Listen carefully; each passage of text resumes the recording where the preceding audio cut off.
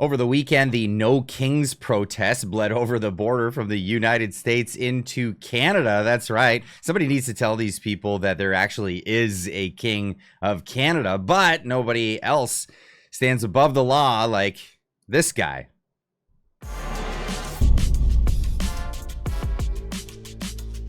Ladies and gents, welcome back. If you're new here, my name is Clyde. Welcome to the show. The subscribe button is just down there. Go ahead and hit that. Before we get into this show today, I want to remind everybody that we've got merch. We've got merchandise up on the channel. We've got some new designs as well as female tees. It's been a big request. And, of course, the delicious coffee that you can enjoy from a mug that you can pick up right off the channel. Right from the website there. Let's get into today's story. Rob Logan saying, I can't think of no other organization that has done more to devalue their brand and trust in Canada the last decade than the RCMP. That's right. And even the leader of the official opposition is getting into this and saying things that he won't say during a campaign, but will say when there is nothing to win or lose. And here he is, Mr. Poilievre, talking about just how above the law Justin Trudeau actually has been and should be in jail, actually. Many of the scandals of the Trudeau era should have been involved jail time. I mean, Trudeau broke the criminal code when he took a free vacation from someone with whom he had government business. It's just like it's right there in the criminal code. If the RCMP had been doing its job and not covering up for him, then he would have been criminally charged.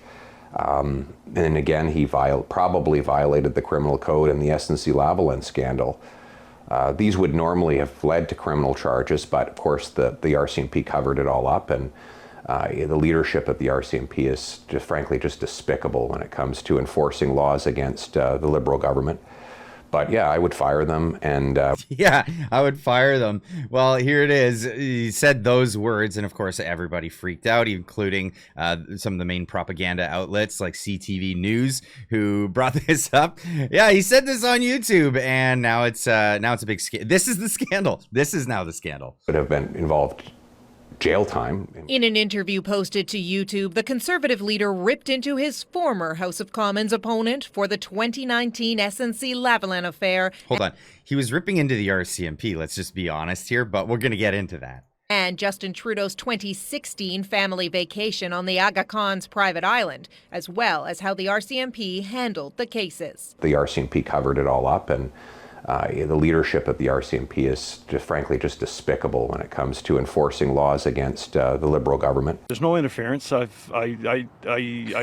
don't take any orders from any political individual. When the RCMP's top cop rejected cover-up claims, I would invite Mr. Poilievre to meet with us and to meet with the people who run this great organization. Pierre Poilievre said he would accept the invitation and double down. If the RCMP commissioner is now saying that he wants to open that investigation, we're prepared to hand over all the evidence of Mr. Trudeau's criminal code violations.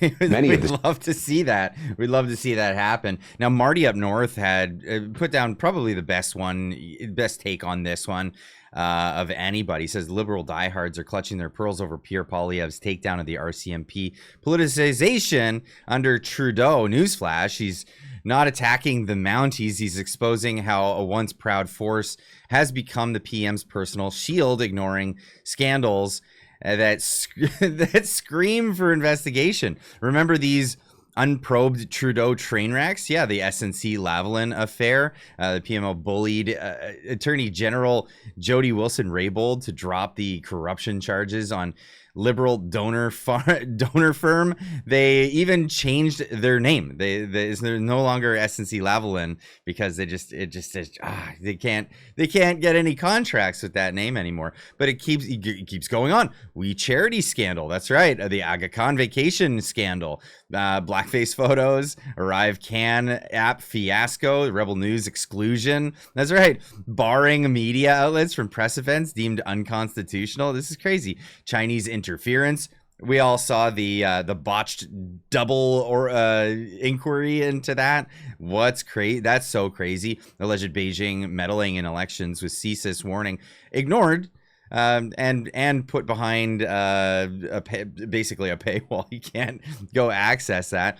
Where are the two Michaels? Vaccine mandate overreach, punitive travel bans on vaccines, unvaccinated Canadians, despite questionable efficacy. I could go on. We could go on. Prosecuting Tamara Leach and Chris Barber, all of that stuff, while letting everything else go. But it does continue, actually. Maclean's wrote about this. The Nova Scotia shooter case has all the hallmarks of an undercover operation. Police sources say the killer withdrawal of $475,000 was highly irregular, and how an RCMP agent would get this money. This is not a fringe publication. This is Maclean's. This is crazy. This is actually, incidentally, the reason for all the gun bans, by the way. This was the catalyst for that. Also, new report reveals that U.S. officials claim that Canada's federal RCMP refused to cooperate with the American DEA on a massive superlab in British Columbia. And the lab was allegedly supplied by chemical companies in China. It's unbelievable, but this is the truth of what's going on in Canada. In a bombshell investigation that's rattled both Ottawa and Washington, Canadian journalist Sam Cooper has uncovered what U.S. officials are calling one of the most consequential policing failures in recent history. At the heart of the scandal is a fentanyl superlab hidden in the mountains of British Columbia, capable of producing tens of millions of lethal doses, and a Canadian federal police force that repeatedly refused to cooperate with the U.S. Drug Enforcement Administration. Cooper's reporting reveals that the DEA provided intelligence to the RCMP in 2022, warning of shipments from China tied to a Health Canada licensed firm. Despite this, Canadian authorities refused to act until after the U.S. Treasury imposed sanctions a year later.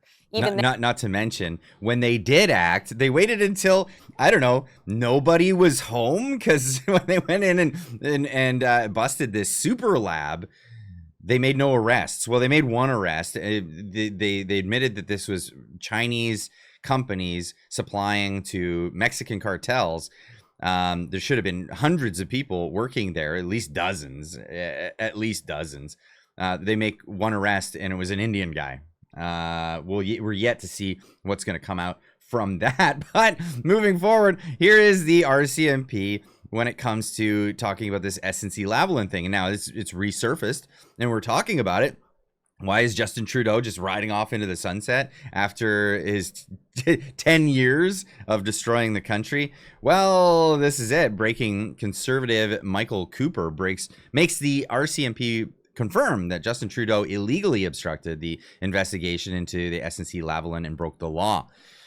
Well, would you look at that? Pierre Poilievre was right again. Why isn't the CBC covering this clip? Well, we do have to operate within these parameters. It would seem to me to be part of a pattern of a cover-up. That's right. That's what it would seem to me to be. How can the Prime Minister be subject to the rule of law, like every other Canadian, if his personal department can shield him from an RCMP criminal investigation? Absolutely. So, Mr. Chair, I'll let individuals draw their own conclusion. What I come back to is we operate within a set of regulations and parameters that, unfortunately, we made the effort to go and get additional information, and it was refused. Thank you, Commissioner. We made the effort to get more information, and it was refused from the Prime Minister. Oh my goodness. Where in society do you get to, hey, we're looking for evidence on you. We have this evidence and we know it exists. Can we get it? Does the police go, oh, you said no? Okay, I guess that's that. We're gonna have to do this. Now, Democracy Watch has been following this story for some time, and I've reported on this back almost going 2 years ago. They discovered that they probed the RCMP, asked them for information on the case now since it had been closed, and they redacted all the information after a freedom of information request. They redacted it all, saying that the case was still open. So when they said that the case was still open, they published that the fact that the RCMP had said that, and then they came out and publicly said, no, it's not still open. So they said, well, where's our information? They said, SOL, you're not going to get any of it. And now it's coming out that they didn't even investigate into this. A group again asked Ontario Attorney General to have independent special prosecutor review evidence for prosecution of Trudeau for SNC-Lavalin scandal. Ontario Crown Council stopped prosecution of Trudeau for SNC-Lavalin scandal using incorrect legal standard. Democracy Watch asks for reversal of this decision. Do you think this is going to happen? I don't know. Well, all we know is that this guy is walking away scot-free so far, but